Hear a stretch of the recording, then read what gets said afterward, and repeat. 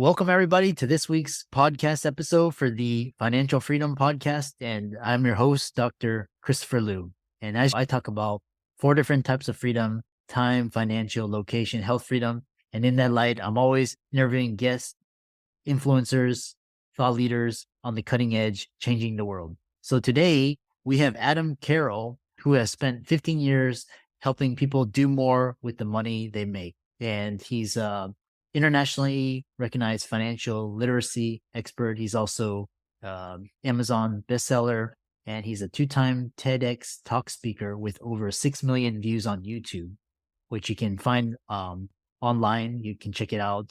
And he talks about what playing Monopoly with real money taught me about my kids and humanity. So be sure to check that out. And I'm really happy to have him on the show. So Adam, welcome. Christopher, thanks for having me. This is awesome. I'm excited about our conversation and curious to see where it goes because it could go anywhere with the two of us. Yeah, it's really interesting because we're talking backstage and I'm doing a different slant with the audience. And so that's why I'm happy to have you on. You're the creator of Broke, Busted, and Disgusted documentary, which is on CNBC. So tell us more about you, your story, and we'll get started, go from there. Yeah, thank you for asking. First off, my story is really that I graduated from college as a debt statistic, probably not too dissimilar from many of the folks listening to the show. And I realized early on that if I was going to get ahead financially, then I had better pay really close attention and be very intentional about how I was handling money. And in my 20s, I started just pounding through financial literacy books, many of them recommended to me through a mentor.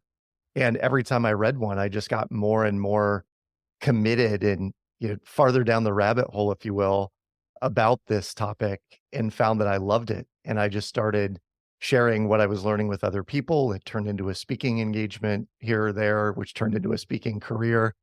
The documentary and the TED Talks were aftermath effects of that, but it's been a wild 15 or 20-year ride, and I wouldn't trade it for anything. Yeah, it's very fascinating because, well, what made you decide? A lot of people in their 20s, they're out with their friends, socializing, money's kind of on the back seat. Why is it so important for especially Gen Z, Gen Alpha to really focus on finances these days? Yeah, I grew up in a household where defined benefit pensions were still talked about. And today they're a thing of the past. They've gone the way of the dodo bird. They're just not there anymore. And I think for the next generations coming up, they have to have a longer term perspective about money. And unfortunately, we've been brought up in a society, they've been brought up in a society that really celebrates instancy. I don't need ownership, I have access to it. I don't need to own a car, I can rent a car. And because of that, while all that is good, it has also created this idea where if you want it, just go get it right now. And so as a result, debt loads have gone up. The amount of people that get in way over their heads in terms of overspending their income has gone up. And for people growing up today, I think what they need to do is think about who do they want to be or where do they want to be in 5 years or 10 years or 30 years even, which is it's an odd thing to think about. But when I was 25, I was thinking about, hey, at 55, I want to be done. I want to be done. And today, young people have the opportunities that if they made that decision at 25, by 35, they could be done. So it's just so much more is possible for people who have a longer term time horizon. Yeah. Yeah, I love that. And just talking to people such as yourself, it's really financial education. We have to basically modern school system doesn't really teach us. They keep teaching us the same things from the 50s and 60s, maybe introducing things here and there. But really, we have to take responsibility and really upgrade our education for the modern day future. Yes. Which is quite interesting because one thing you talk about is this idea of, especially with debt, the school system, and a lot of Gen Z and Gen Alpha, they're questioning, should I go to school? It's hard to get into. It's expensive. They can do other things. They can get there faster. So what are your ideas on the modern school system, debt, and financial education? Yeah. I think that, first of all, I have 3 kids and one is in college right now. She's almost 20. I have an almost 18-year-old who's going to graduate this year from high school. and I have a 15-year-old freshman in high school. And I have long said that I fully believe that my daughter, the oldest child, and my next youngest or my next oldest child would both go to college and they would experience college the way that most people do. But I had a feeling that my 15-year-old would be a completely different scenario for him. Mm. And I still think that in 3 or 4 years, we could see a massive shift in what college looks like. Now, does that mean he'll get a degree? I don't know. He's my entrepreneurial kid. And so when NFTs were the rage and play to earn games, he was all over that. He wanted to know all about it. And my other two are just a little bit more straight and narrow down the path of, no, I want to get an education and I want to go find a job. And so I think for Gen Z and Gen Alpha, what they need to consider truly is what is the ROI on that education? And this has Mm. long been my pitch to students is, hey, if you're here at a college, know why you're here. And if it's just to socialize and have fun, you can socialize and have fun and not have to pay tuition. You just hang out on a college campus. It's pretty easy. But if you know why you're there for a degree, the degree is going to lead you down this path of what you want to do for a living, then determine what is the ROI on that degree, the return on investment, Mm. so that you're not caught unaware in 4 years or 6 years or 8 years with several $100,000 in debt without any context of what it takes to pay back several $100,000 of debt. So that ROI conversation is one that we have in our household. I think more families need to be having that with their kids. Yes, you want to go to this dream school, but what will the cost be and what will the outcome be on the back end of that? And is Mhm. it worth it? Can we look at the ROI and determine if it's an appropriate investment for you? Yeah, I like that, because in the past it was just get on the train track and follow this path, and that's what everybody did. But now you have to be very intentional and strategic about where you go, should you go, how much is it going to cost? Right? Yeah, I love this ROI on investment. I love that. Next is one thing that you talk about, for example, your TEDx talk, which I encourage all the our listeners and viewers out there to check out, is when money isn't real and the $10,000 experiment. And basically give us a teaser so that the audience out there will enjoy it. Yeah, we are a game playing family. Let's start there. We play games in our household a lot, ball games, board games, dice games, card games. But my kids really loved to play Monopoly growing up. Mhm. And we would play Monopoly, but as most people do, and I'm sure your family's the same way, the games took forever. They would be hours and hours. And one day I was watching my kids play, and it occurred to me that they were playing outside the rules. So they were buying each other out of jail and they were loaning each other money to buy properties. And while I loved the very kind-hearted way they were playing the game, it also occurred to me that this is why the games take 8 hours because we're not playing by the rules. And then it also occurred to me as I was thinking through, I'd just gotten back from a trip to a university campus, and the students there, I would ask every college that I speak to, I will ask students, "How much will you have in debt when you graduate?" And guess what the number one answer is? They probably didn't know, or they said that their parents probably paid for it, That's or exactly right. They didn't know. Most of them said, "I don't know. I have no idea what I owe, will owe." Could not usher a guess at all. And I said, I noticed that one of the things that's happened on college campuses, and it was this way when I went, I'm sure it was when you went, but we got a card, we got a university ID. We swiped the university ID to get into the dining center or to buy stuff in the C stores or whatever. And today they just put a fingerprint on a reader, Mm. and based on their fingerprint, they're immediately allowed into the dining center. And it's the abstraction of money. And the abstraction of money happens when we start to strip away the idea of money as a physical, tangible thing. And instead, it's just an abstract idea. So Uh-huh. when money is digital and therefore very abstract, people don't have a sense of how much they're spending. And casinos famously have done this. They took away chips. They started doing just cards that you insert in the machine. Chips themselves are an abstract version of money, but there's all sorts of examples. Like at Disney World, you get a magic band today, and the Mhm. magic band functions as your room pass and your room key and your park pass, but it's also as your wallet and photo ID. And so Uh-huh. if you want to buy something at Disney World, you just tap your wrist somewhere. And it's the abstraction of money at the end of the week. You have no idea how much you've spent, but I guarantee you it's more than what you probably would have if you had been carrying cash. And in seeing my kids play this way, I thought, what if the money were real? Would they play the game differently?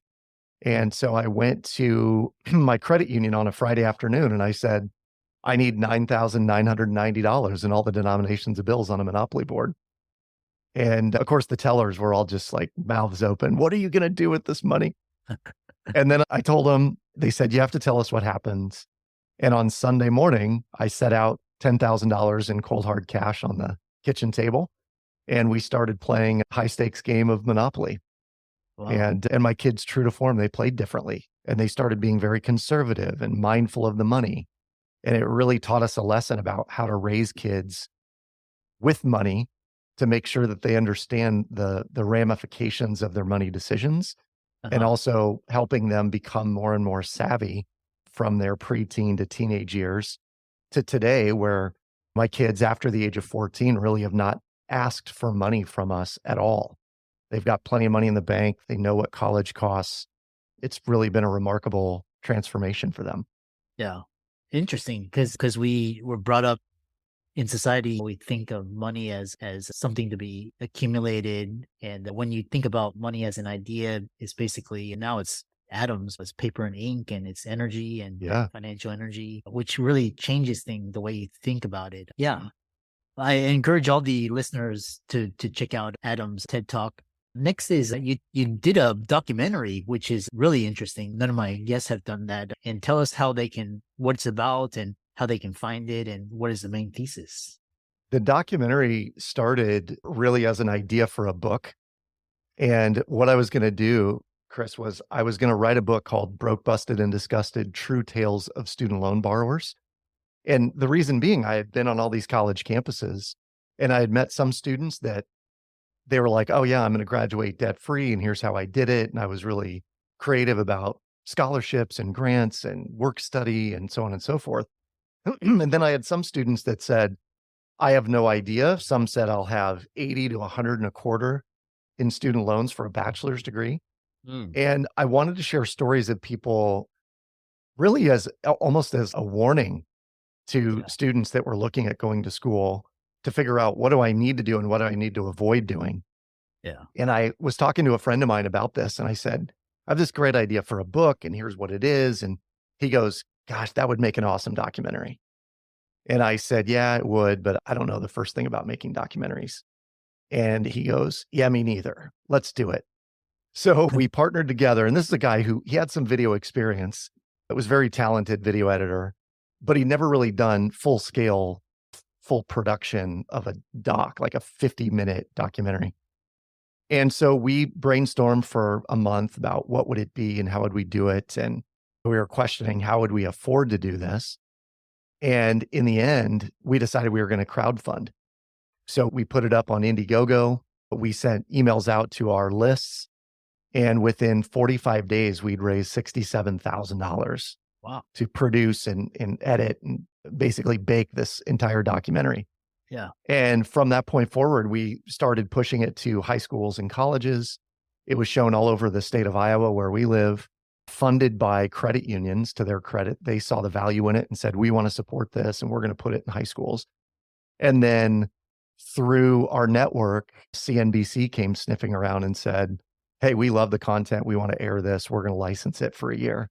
Wow. And they aired it, I think, 6 or 8 times. But it was pretty surreal, Chris, to see this idea that was had Yeah. that had really none of our own money in it, a lot of our time and sweat and effort and tears, but none of our own money. To see that on CNBC airing right after Shark Tank was pretty awesome.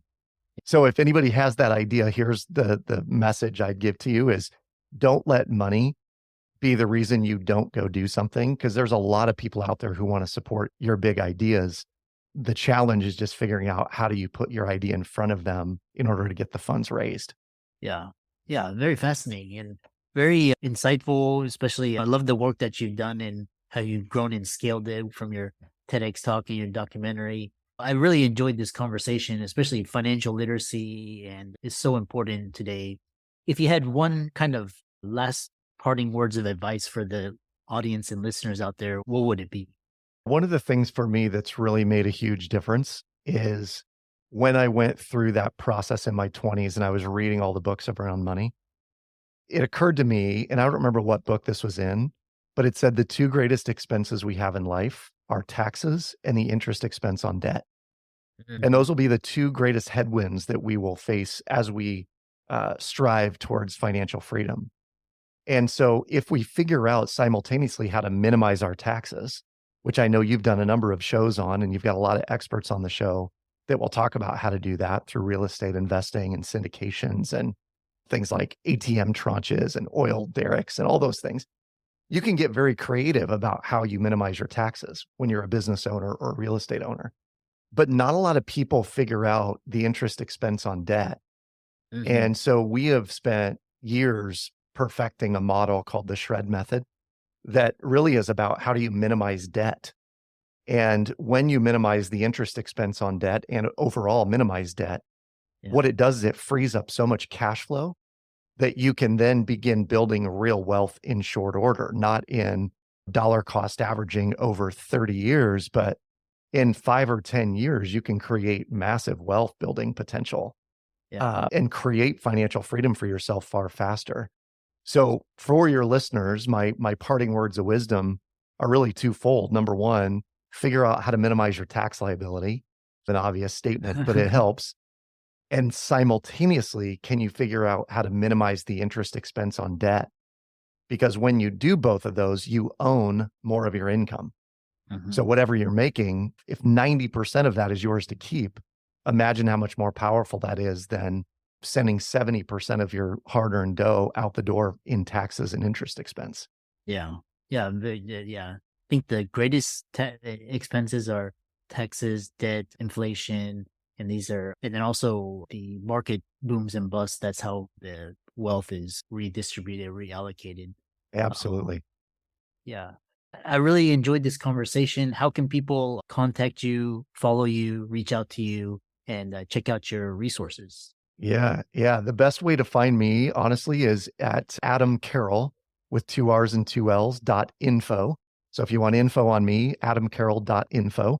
But I'll tell you, Chris, if there are folks out there who are interested in reducing the interest expense on debt, theshredmethod.com is our site that will we've got a calculator that will walk through and show you exactly how fast you can be out of debt.